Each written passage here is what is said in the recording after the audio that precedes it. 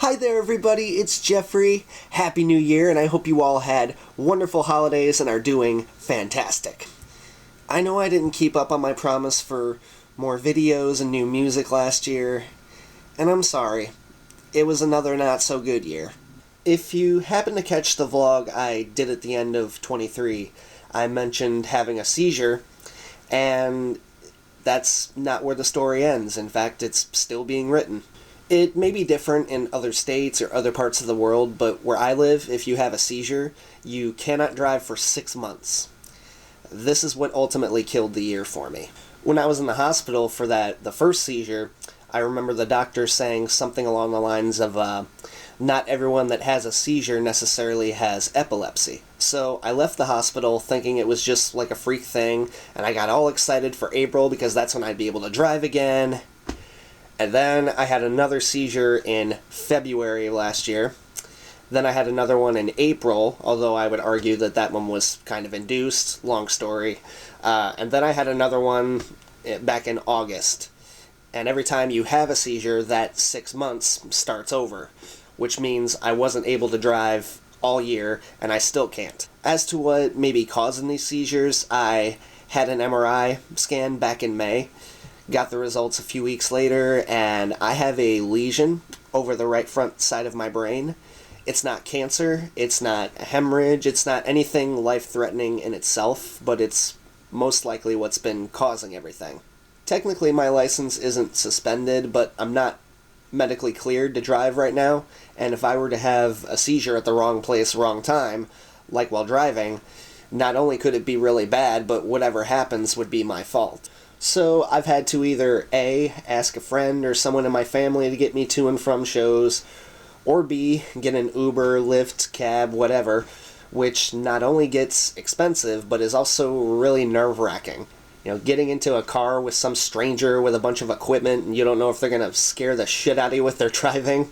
I have had some terrifying experiences with that. I still have a video on my phone of a guy that I ended up reporting, and I don't know if anything ever became of it, so that makes me want to use transportation apps even less. So I didn't book a whole lot last year because it was usually up in the air about how I'd get there. You know, it's really hard to ask for help in general, but asking for a ride is probably my least favorite thing, maybe slightly above money. I don't even like asking to go to the gas station a half-mile away, let alone gigs that could be several cities away. But I am extremely grateful for anyone that has helped me out on this. If you're watching this and I've been in your car over the last year or so, thank you very much. But I'm going to have to do that for a little bit longer.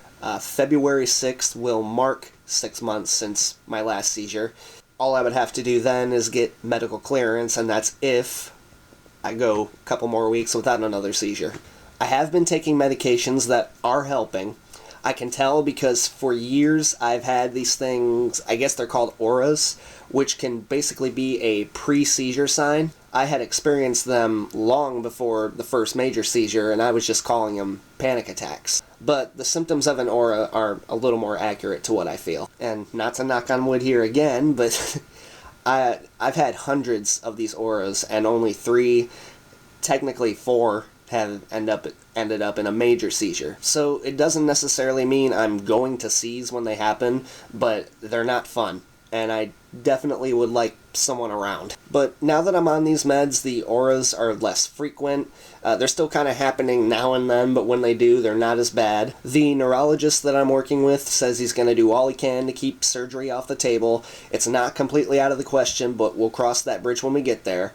For now, I'm saying good things about the meds. As you can imagine, though, mentally it's been quite the challenge. It's been difficult just to get out and see friends. I didn't go to any concerts last year besides the ones that I played. And honestly, I just didn't have a lot of motivation to pick up a guitar or even turn on music for most of the year. And I'm certainly not saying that I'm giving up or that I'm unhappy with what I'm doing. I love what I do. And I'm not even that depressed. I'm just frustrated and I feel really stuck. I wanted to finally get out the album I've been promising before the summer ended, but by the time you guys hear it, the songs will already be 2-3 years old, at least to me. And I just want to move on from them, but it's going to be a gamble on getting it out before spring. And that's ultimately my fault because I had some other fellow musician friends help out on it.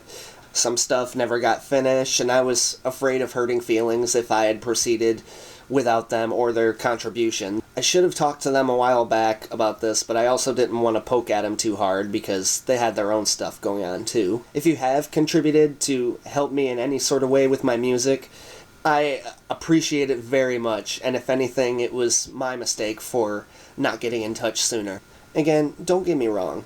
The support and love that you guys show me to the covers I make, I feel it, and I love it. I understand doing covers to get yourself out there, and I'm not saying I'm beyond playing them, nor am I saying I have no support for my original music. But I've ultimately wanted to be an original artist since I started playing, and I fucking hate that it has been 5 years since I've put out an album. I hate it about as equally as not posting more than 6 videos last year. Come May, The Ocean Upside Down will be 5 years old. That sucks. When this album does finally come out, I'll push it like I did for all my other releases, but then I'm going right back to recording.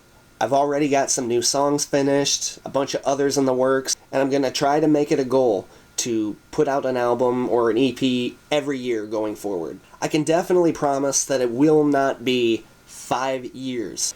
So I'm sorry if I hurt anybody going forward. I don't mean to. It's just what I have to do. I'm 31 years old now, and I badly want to get everything that's been in my head forever onto recordings before my back and legs give out and I got to start playing MTV Unplugged style. I badly want to go somewhere further than 2 hours away because that's all I've ever played or even been away from Toledo. I have never seen any other state besides Ohio or Michigan. I badly need to change that, and whether or not I'm able to drive this year, I'm gonna do it.